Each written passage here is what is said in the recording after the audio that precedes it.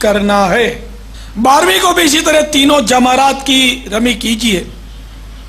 11ویں اور 12ویں کی رمی کا وقت زوال آفتاب کے بعد شروع ہوتا ہے۔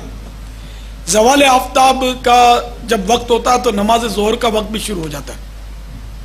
تو یوں سمجھیے کہ ظہر کی نماز کا وقت شروع جب ہوتا ہے اس وقت 11ویں اور 12ویں کی رمی کا وقت بھی شروع ہو جاتا ہے۔ بے شمار لوگ صبح سے ہی رمی شروع کر دیتے ہیں، یہ غلط ہے، اور اس طرح کرنے سے رمی ہوتی ہی نہیں۔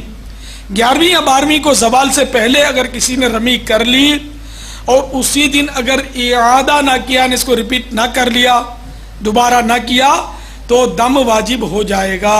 نمبر 7، 12ویں کی رمی کر کے اختیار ہے کہ غروب آفتاب سے قبل مکہ معظمہ زادہ اللہ شرفا و تکریما کے لیے روانہ ہو جائیں۔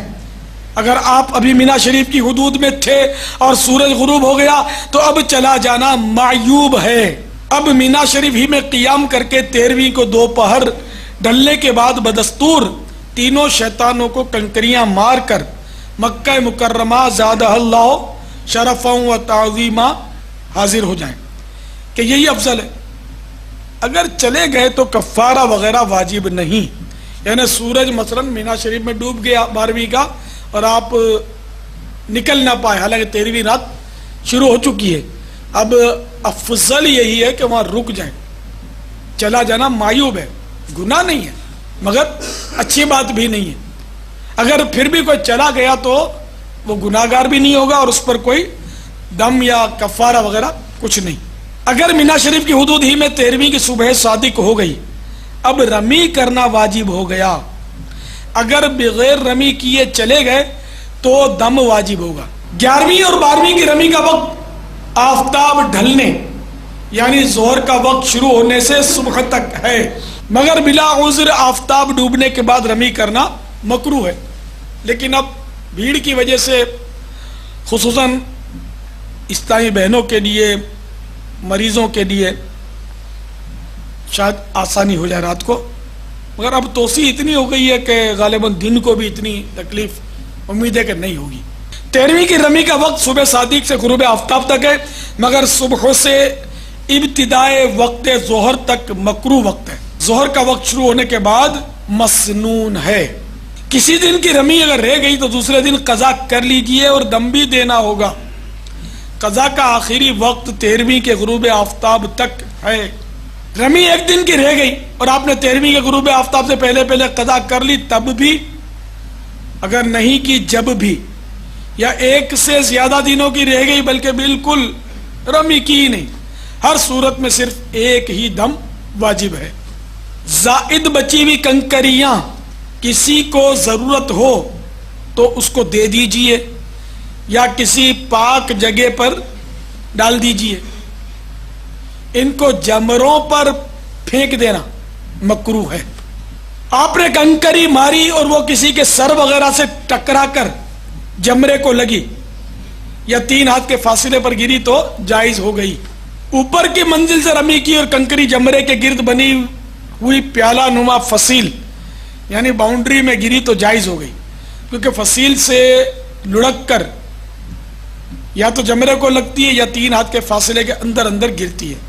یہ پرانا جو انداز تھا وہ یہ تھا، اب یہ دیواروں والا انداز جو ہے یہ انشاءاللہ گئے وہاں تو پتہ چل جائے گا کیا ترکیب ہے۔ اب تو وہ بہت بڑی بڑی دیواریں بنا دی گئی ہیں یہ حادثوں سے بچنے کے لیے، کیونکہ ہر سال کافی تعداد میں حجاج شہید ہو جاتے ہیں۔ ہاں اگر آپ کی کنکری کسی پر گری اور اس نے ہاتھ وغیرہ کا جھٹکا دیا اور اس کی وجہ سے اگر وہاں تک پہنچ گئی تو یہ شمار نہیں ہوگی۔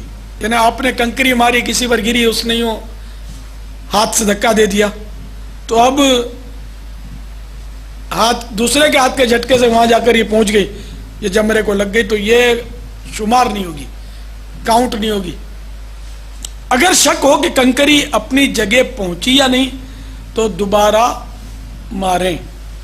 اب طواف رخصت یہ 19 مدنی پھول سماعت فرمائیے۔ طواف رخصت کو طواف وداع بھی کہتے ہیں، نمبر 1، جب رخصت کا ارادہ ہو اس وقت آفاقی حاجی پر طواف رخصت واجب ہے، نہ کرنے والے پر دم واجب ہوتا ہے۔ آفاقی حاجی اس کو بولتے ہیں جو میقات کے باہر سے آیا ہو۔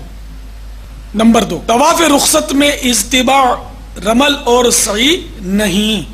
نمبر 3، عمرہ کرنے والوں پر یہ واجب نہیں۔ جیسے کوئی 12 ربیع النور شریف کو عمرے کے لیے حاضر ہوا، وہ بھلے وہ دنیا کے کسی بھی ملک سے گیا ہو، اس پر طواف رخصت واجب نہیں، یہ صرف آفاقی حاجی پر واجب ہے۔ نمبر 4، حیض و نفاس والی کی سیٹ بک ہے تو جا سکتی ہے، اس پر اب یہ طواف واجب نہیں اور دم بھی نہیں۔ نمبر 5، طواف رخصت میں صرف طواف کی نیت ہی کافی ہے، واجب، وداع یعنی رخصت وغیرہ الفاظ نیت میں شامل ہونا ضروری نہیں، یہاں تک کہ طواف نفل کی نیت کی جب بھی واجب ادا ہو گیا۔ نمبر 6، سفر کا ارادہ تھا، طواف رخصت کر لیا، پھر کسی وجہ سے ٹھہرنا پڑا، جیسا کہ گاڑی وغیرہ میں عموماً تاخیر ہو جاتی ہے، اور اقامت کی نیت نہیں کی تو وہی طواف کافی ہے، دوبارہ کرنے کی حاجت نہیں، اور مسجد الحرام میں نماز وغیرہ کے لیے جانے میں بھی کوئی مضائقہ نہیں۔ ہاں مستحب یہ ہے کہ پھر طواف کر لے کہ آخری کام طواف رہے۔ نمبر 7، طواف زیارہ کے بعد جو بھی پہلا نفلی طواف کیا وہی طواف رخصت ہے۔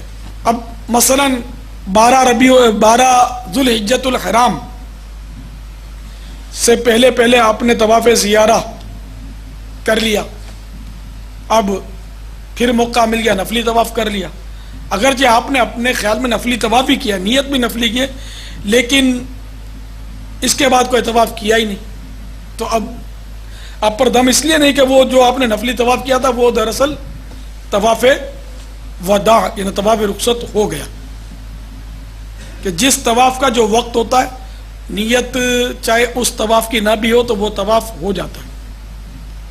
مثلا عمرے کا احرام باندھ کر حاضر ہوا اور اب سوچ رہا ہے کہ چلو پہلے 2-4 نفلی طواف کر لوں، آج بھیڑ نہیں ہے، پھر آرام سے عمرے کا طواف اور یہ صحیح اور کروں گا، تو اس نے جب پہلا نفلی طواف شروع کیا تو یہ اس کا نفلی نہیں ہے، یہ عمرے ہی کا طواف ہے، کہ اس نے چونکہ احرام عمرے کا باندھا تو یہ عمرے کا طواف اس کا شمار ہو جائے گا۔ اسی طرح طواف الزیارہ کے لیے 10 تاریخ کو پہنچ گیا کہ چلو آج بڑا دن ہے اور ٹھیک ہے بھیڑ ہوتی رہے، اللہ